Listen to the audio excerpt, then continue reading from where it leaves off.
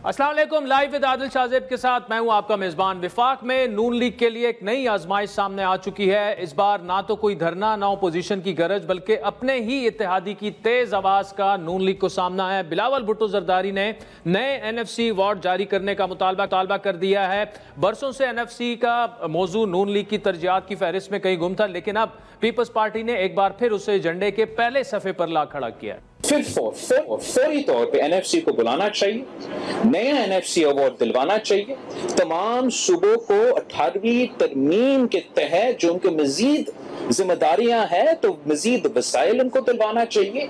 और जो वफाकी हुकूमत की नालायका है, नाकामियां हैं, उनकी अपनी कमजोरियां हैं कि उनका FBR टैक्स जमा नहीं कर सकते, वो अपना बजट बना नहीं सकते उस तरीके से, वो बर्डन, वो कसूर तो ना सिंध का, ना बलोचिस्तान का, ना पंजाब का, ना पख्तूनख्वा का, किसी सूबा का आवाम का जिम्मेदारी या कोठाई नहीं है। उसमें 100% इस्लामाबाद में बैठे हुए बाबुओं का कसूर है। बिलावल भुट्टो जरदारी ने तो इस्लामाबाद में बैठे बाबुओं को कसूरवार करार दे दिया। दूसरी जानिब PTI भी मुसलसल हुकूमत के खिलाफ कोई ना कोई इशू उठा रही है। आज कौमी असम्बली में हुकूमत और अपोजिशन के दरमियान तख्त जुमलों का तबादला हुआ। तहरीक इंसाफ ने पॉलिसियों के खिलाफ एहतजाज किया, जिस पर स्पीकर कौमी असम्बली अयाज सादिक ने अपोजिशन को हुकूमत से मुज़ाकरात की दावत दी और इस सिलसिले में सालसी का किरदार अदा करने की पेशकश भी। बैठें, बात करें गवर्नमेंट के साथ, मैं फैसिलिटेट करने को तैयार हूं।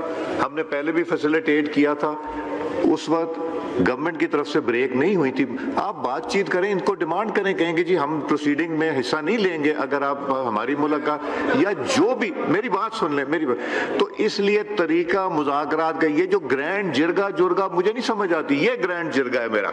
ओपोजिशन अरकान ने आज कौमी असम्बली के इजलास में एहतजाज किया, इजलास का वॉकआउट वहां से किया और तहरीक इंसाफ के अरकान असम्बली ने बानी PTI से मुलाकात ना कराने पर इजलास का जिस तरह हमने बताया बायकआउट किया। PTI की चीफ विप आमिर डोगर के मुताबिक बानी PTI से मुलाकात ना कराना इस्तेकाक की खिलाफ वर्जी है, जबकि साबिक स्पीकर असद कैसर के बकौल मुतालबात पूरे ना होने तक ईवान में वो नहीं बैठेंगे और अगर बानी से मुलाकात ना करा गई तो कल पार्लिमान के बाहर असम्बली लगेगी। बाइकआउट क्या है हाउस का, और इस पे हमारा 1 पॉइंट एजेंडा है। हम मुतालिबा करते हैं, हम कल भी इस तरह करेंगे। अगर आज इमरान खान की बहनों को जो हमारे MNS जाते हैं उसको मुलाकात नहीं करनी दी गई या वकला को मुलाकात नहीं करने दी गई तो हम कल भी असेंबली का बाइकआउट करेंगे और अहद के साथ बनाएंगे कि इस पाकिस्तान को हम कायदे-ए-आज़म का पाकिस्तान बनाएंगे। इस अहद के साथ बनाएंगे कि ये हकीकी आज़ादी होगी।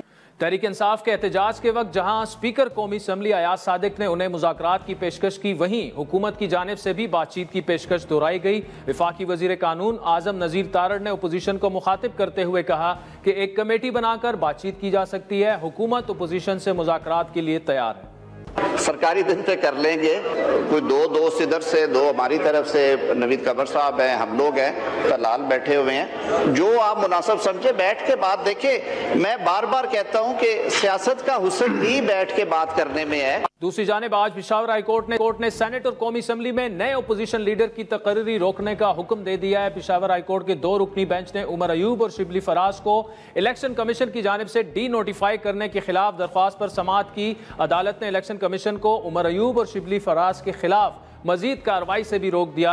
इन तमाम मामलात पर बात करने के लिए हमें ज्वाइन किया है वज़ीर आज़म के सियासी मुशीर और मुस्लिम लीग नून पंजाब के सदर राना सनाउल्लाह ने, जबकि प्रोग्राम के अगले हिस्से में हमारे साथ पीपल्स पार्टी के रहनुमा गवर्नर खैबर पख्तूनख्वा फैसल करीम कुंडी भी मौजूद होंगे। राना साहब, thank you so much for joining us. Bilawal साहब की आपने आज स्टेटमेंट सुन ली होगी, वो नए NFC अवार्ड की बात कर रहे हैं, सूबों को मजीद वसाइल देने की बात कर रहे हैं। यहाँ तक उन्होंने कहा कि वफाकी हुकूमत की नाकामियां और कोताहियां हैं, FBR रेवेन्यू इकट्ठा नहीं कर सकता तो ये सूबों को कसूर नहीं है। बड़ी हैवी स्टेटमेंट दी है बिलावल साहब ने एक ऐसे वक्त में जब इकनॉमिकली पाकिस्तान इतना अफोर्ड नहीं कर सकता कि मजीद वसाइल वफाक जो है वो सूबों के हवाले करे। FBR में जो है वो इम्प्रूवमेंट की बड़ी गुंजाइश है और उसके लिए हुकूमत भी कोशिश कर रही है। अगर बिलावल भुट्टो जरदारी साहब ने निशानदेही की है तो बहरहाल उसके ऊपर काम होना चाहिए। लेकिन जहाँ तक NFC अवार्ड का मामला है तो वो बिल्कुल ड्यू है और उसके ऊपर साइड लाइन पे बात हो भी रही है और जैसे ही कोई कंसेंसस के करीब मामला पहुंचेगा तो उसकी बाकायदा मीटिंग बुला के तो NFC जो अवार्ड जो है वो होना चाहिए, वो अब वक्त की ज़रूरत है। अच्छा राना साहब, ये जो बिलावल की स्टेटमेंट है कि इस्लामाबाद में बैठे हुए बाबुओं का कसूर है, इससे पहले ख्वाजा साहब ब्यूरोक्रेसी के बारे में जो कुछ कह चुके हैं कि पुर्तगाल में वो अपनी जायदादें और नेशनैलिटीज़ ले रहे हैं। सियासतदान अक्सर गिला करते हैं कि उन्हें ब्यूरोक्रेसी काम नहीं करने दे रही। क्या अभी आपकी हुकूमत में भी मामलात ऐसे हैं कि रोड़े अटकाए जा रहे हैं? नहीं, इन स्टेटमेंट्स में कोई फ़र्क नहीं पड़ता। ये स्टेटमेंट्स जो है जो होती रहती हैं, और ये चीज़ें ऐसी होती हैं कि ये ना पूरा सच होता है ना पूरा झूठ होता है। अब अगर ये कोई कहे कि सियासतदानों में करप्शन है तो इसके ऊपर गिले वाली कौन सी बात है? करप्शन इज़ देयर, और ऐसा भी नहीं है कि सारे सियासतदान करप्ट हैं। बीच में मुहिब्बे वतन, ऑनेस्ट, दयानतदार, मेहनती लोग भी जो हैं वो मौजूद हैं। इसी तरह से ब्यूरोक्रेसी में भी दोनों तरह के लोग मौजूद हैं। अगर कोई कहता है कि उन्होंने बाहर जायदादें बनाई हुई हैं, तो ऐसा तो नहीं है कि किसी ने नहीं बनाई, लेकिन सभी ने भी नहीं बनाई। ब्यूरोक्रेसी में बड़े काबिल, बड़े मेहनती और बड़े ही अपने जॉब से कमिटेड लोग भी हैं, अपनी ज़िम्मेदारियों को निभाने वाले लोग भी हैं।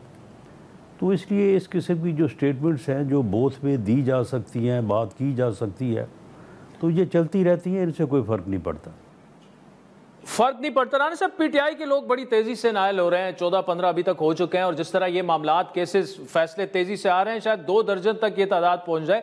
ये भी पॉसिबिलिटी हो सकती है कि नून लीग जो है वो सिंगल लार्जेस्ट पार्टी बन जाए इन नशिस्तों पर इंतखाबात के बाद, और पीपल्स पार्टी जो है वो ओपोजिशन में चली जाए, ओपोजिशन लीडर बिलावल बन जाए। ये मौजूदा कोलिशन गवर्नमेंट जो है, ये निज़ाम इसी तरह से जो है वो चलेगा, और इसमें कोई ऐसी सोच जो है वो मौजूद नहीं है। चले, आज PTI ने कौमी असम्बली से बायकॉट किया। कल वो असम्बली के बाहर एहतजाजन अपना सेशन मुकर्रर करेंगे, क्योंकि इमरान खान साहब से उनको मिलने नहीं दिया जा रहा। वो उनके बकौल उनके हुकूक सलब किए जा रहे हैं। ये तो रेगुलर मुलाकातें हो रही थी, अब अचानक क्यों उन्हें नहीं मिलने दिया जा रहा? देखें, उनकी मुलाकातों के मामले को कौमी असम्बली तो रेगुलेट नहीं करती। वो इस वक्त जुडिशल कस्टडी में है, वो कॉन्विक्ट हैं। इस्लामाबाद हाई कोर्ट से उन्होंने तमाम सहूलतें हासिल की हैं, और मुलाकातों का मामला भी वहीं से रेगुलेट हो रहा है। वो जो 6 बंदों की लिस्ट कौन देगा, कैसे देगा, फिर कैसे लोग मिलने जाएंगे, ये सारी चीज़ें जो हैं इस्लामाबाद हाई कोर्ट के ज़ेरे जो है वो निगरानी जो है वो तय हुई है। अगर वहाँ पे कोई इश्यूज़ पैदा हो रहे हैं तो इनको चाहिए कि अदालत में दरख्वास्त दें, वहाँ पे जेल हुकाम को बुला लिया जाएगा, और अगर कोई इशू है तो उसको रिजॉल्व कर दिया जाएगा। ठीक। अच्छा राना साहब, जो लोग डिस्क्वालीफाई हुए, डीनोटिफाई हो चुके हैं, वहाँ इलेक्शंस का इनेकाद भी अनकरीब होने जा रहे हैं, लेकिन इनके केसेस अगर आगे जाकर हाई कोर्ट या सुप्रीम कोर्ट में उनकी सजाएं ख़त्म हो जाती हैं तो ये इलेक्शंस तो नल एंड वॉइड हो जाएंगे। तो क्या ये बेहतर ना होता कि जब तक इन केसेस का हतमी फैसला ना हो जाए, इन लोगों को डिस्क्वालीफाई ना होने दिया जाए? नहीं, ये फ़ैसला किसी ने को घर बैठ के अपनी मर्ज़ी से तो नहीं करना। इस सिलसिले में कानून मौजूद है, रूल्स मौजूद हैं, उसके मुताबिक मुतल्लिका अथॉरिटी ही इज़ बाउंड टू एक्ट। अगर ये वहाँ पे लिखा है कि जी फ़ैसला जब तक सुप्रीम कोर्ट से नहीं हो जाएगा, अपीलों का फ़ैसला नहीं हो जाएगा, तो ये मामला उसी तरह से स्टेटस को का शिकार रहेगा, तो स्टेटस को रहेगा। और अगर अदरवाइज़ कानून परमिट करता है, बल्कि ऑर्डर करता है, तो उसके मुताबिक जो है वो मामला चलेगा। चले राना साहब, आप हमारे साथ मौजूद रहिएगा। राजी छोटी सी ब्रेक के बाद राना सनाउल्लाह से गुफ्तगू जारी रखते हैं।